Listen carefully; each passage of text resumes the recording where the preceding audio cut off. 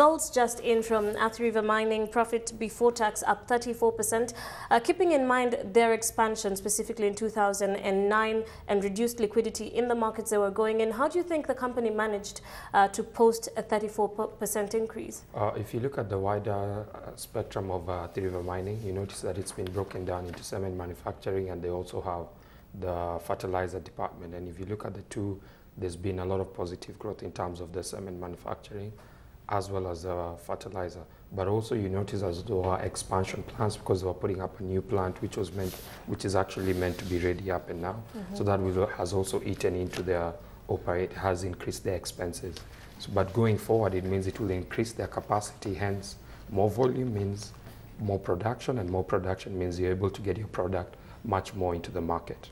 Another stock that has been on focus this week is Kakuzi, surged 52% during the week. That's the biggest 5-day increase on record after reporting a 38% surge in full-year profit. What's your outlook for Kakuzi? Well, if you look at that, it's an agricultural stock, and right now we are actually going through a very positive period in terms of the agricultural industry. If you look at the dairy, you look at the coffee, the tea, the prices have actually gone up. Despite the milk glut that has been there, you notice that most of these agricultural stocks, with the good weather, it's been raining consistently, hence there's been a lot of bumper harvest. And there's been a feel-good factor, and most of these companies have posted profits. If you look at, except Sasini, you look at Kakuzi has actually posted 500 million, 558 million if I'm to be exact. And that goes to show that within a short, long-term period, the only difference with agriculture is that it's not consistent. It's actually susceptible to the vagaries of weather. I mean, 1 minute, if there's drought, you notice that the earnings dip. So what are you telling investors with that in mind? You know, the agro stocks have taken the NSE 20 share index up past the 4,000 shilling mark. We haven't seen that since end of 2007.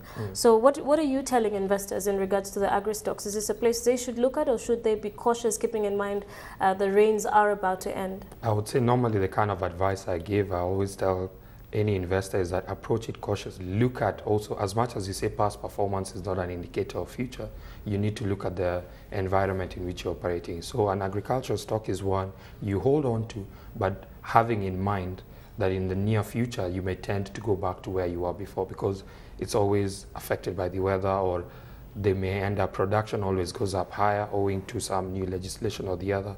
But most likely what really affects agricultural stocks is the weather and sort of a bit of planning. You notice, like the issue of the milk, if there's not proper plans in place, then you end up having the glut and a lot of milk goes to waste. Let's turn our attention to the financial stocks. National Bank finally beginning to make gains. The share rose 9% to settle at 54 shillings and 5 cents. Yes. You told me earlier this is not quite a sexy stock. So what's your opinion on it? Well, I would say, given the history of National Bank, I mean, it's impressive they've posted 2.1 billion profits going by the history. But if you look at one of the key problems that it has had, is that it's had a very large debt portfolio. I mean, they've been unable for the longest period, and this has been on and off with them trying to get a strategic partner, going to the government to try and offload and sell off, write off the debt. But one thing you need to give them kudos for is that they've gotten a sound management system. The former Mr. Marambi and being the MD and all, you notice that National Bank has changed its image.